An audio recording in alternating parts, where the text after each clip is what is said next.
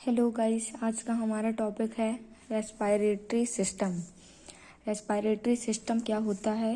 Respiratory system जो होता है वो दो चीज़ों से मिलकर बना होता है। पहला होता है रेस्पिरेटरी ट्रैक और दूसरा होता है लंग्स। अब हम पढ़ेंगे कि रेस्पिरेटरी ट्रैक क्या होता है। रेस्पिरेटरी ट्रैक जो होता है वह ट्रैक होता है जिससे वायुमंडल से वायु हमारे लंग्स में पहुंचती है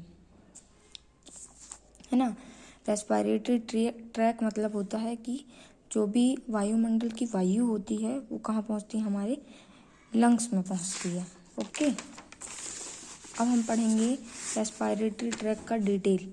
रेस्पिरेटरी ट्रैक के अंतर्गत होता क्या क्या है? रेस्पिरेटरी ट्रैक के अंतर्गत सबसे पहले होता है एक्सटर्नल नोज स्ट्रिल।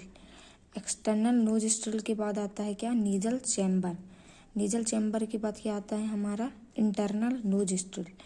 इंटरनल नोज स्ट्रिल के बाद आता है नेजोफेरिंग्स। नेजोफेरिंग्स के बाद आता है क्या? लैरिंग्स। लैरिंग्स के बाद क्या आता है? ट्रेकिया। और ट्रेकिया को हम क्या कहते हैं? विंड पाइप भी कहते हैं, है ना। उसके बाद आता है हमारा प्राइमरी ब्रोंक्यूल। प्राइमरी ब्रोंक्यूल के बाद क्या आता है? हमारा सेकेंडरी ब्रोंक्यूल। सेकेंडरी ब्रोंक्यूल के बाद क्या आता है? हमारा टर्सरी ब्रोंक्यूल। टर्सरी ब्रोंक्यूल के बाद हमारा आता है टर्मिनल ब्रोंक्यूल। टर्मिनल ब्रोंक्यूल के बाद आता है रेस्पिरेटरी ब्रोंक्यूल और अंत में आ जाता है लंग्स, है ना। तो जो एक्सटर्नल नोज स्ट्रिल से लेके जो टर्मिनल ब्रोंक्यूल तक का पार्ट होता है उसे हम क्या कहते हैं? Conducting zone. कंडक्टिंग जोन के अंतर्गत आता है ये। फिर उसके बाद लंग्स के अंदर जो होती हैं वो क्या होती हैं? एल्वियोलाई प्रेजेंट होती हैं।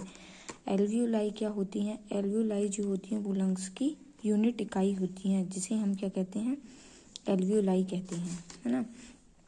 फिर यहाँ पे आप देखेंगे कि प्राइमरी ब्रोंक्यूल से लेके जो टर्मिनल ब्रोंक्यूल तक का पार्ट है, जो ब्रोंक्यूल वाला पार्ट है उसे हम क्या कह रहे हैं? ब्रोंकियल ट्री कह रहे हैं, ठीक है, ब्रोंकियल ट्री कह रहे हैं। और जो रेस्पिरेटरी ब्रोंक्यूल और जो लंग्स है वो दोनों मिलके क्या बनाते हैं? रेस्पिरेटरी ट्री बनाते हैं, ठीक है। अब हम आगे पढ़ते हैं एल्वियोलाई के बारे में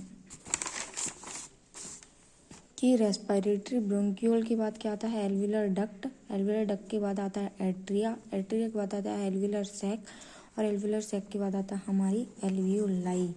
तो जो रेस्पिरेटरी ब्रोंक्यूल से लेके जो एल्वियोलाई तक का पार्ट है उसे हम क्या कहते हैं? एक्सचेंज जोन कहते हैं। एक्सचेंज जोन कहते हैं। और या इसी को क्या कहते हैं हम? रेस्पिरेटरी जोन भी कहते हैं, क्योंकि यहीं पर जो है हमारी जो O2 और जो CO2 होती है वो दोनों ही गैसों का क्या होता है? यहाँ पे एक्सचेंज होता है, इसलिए हम इसको क्या कहते हैं? रेस्पिरेटरी जोन या एक्सचेंज जोन कहते हैं। ओके, आज की वीडियो आपको समझ में आई?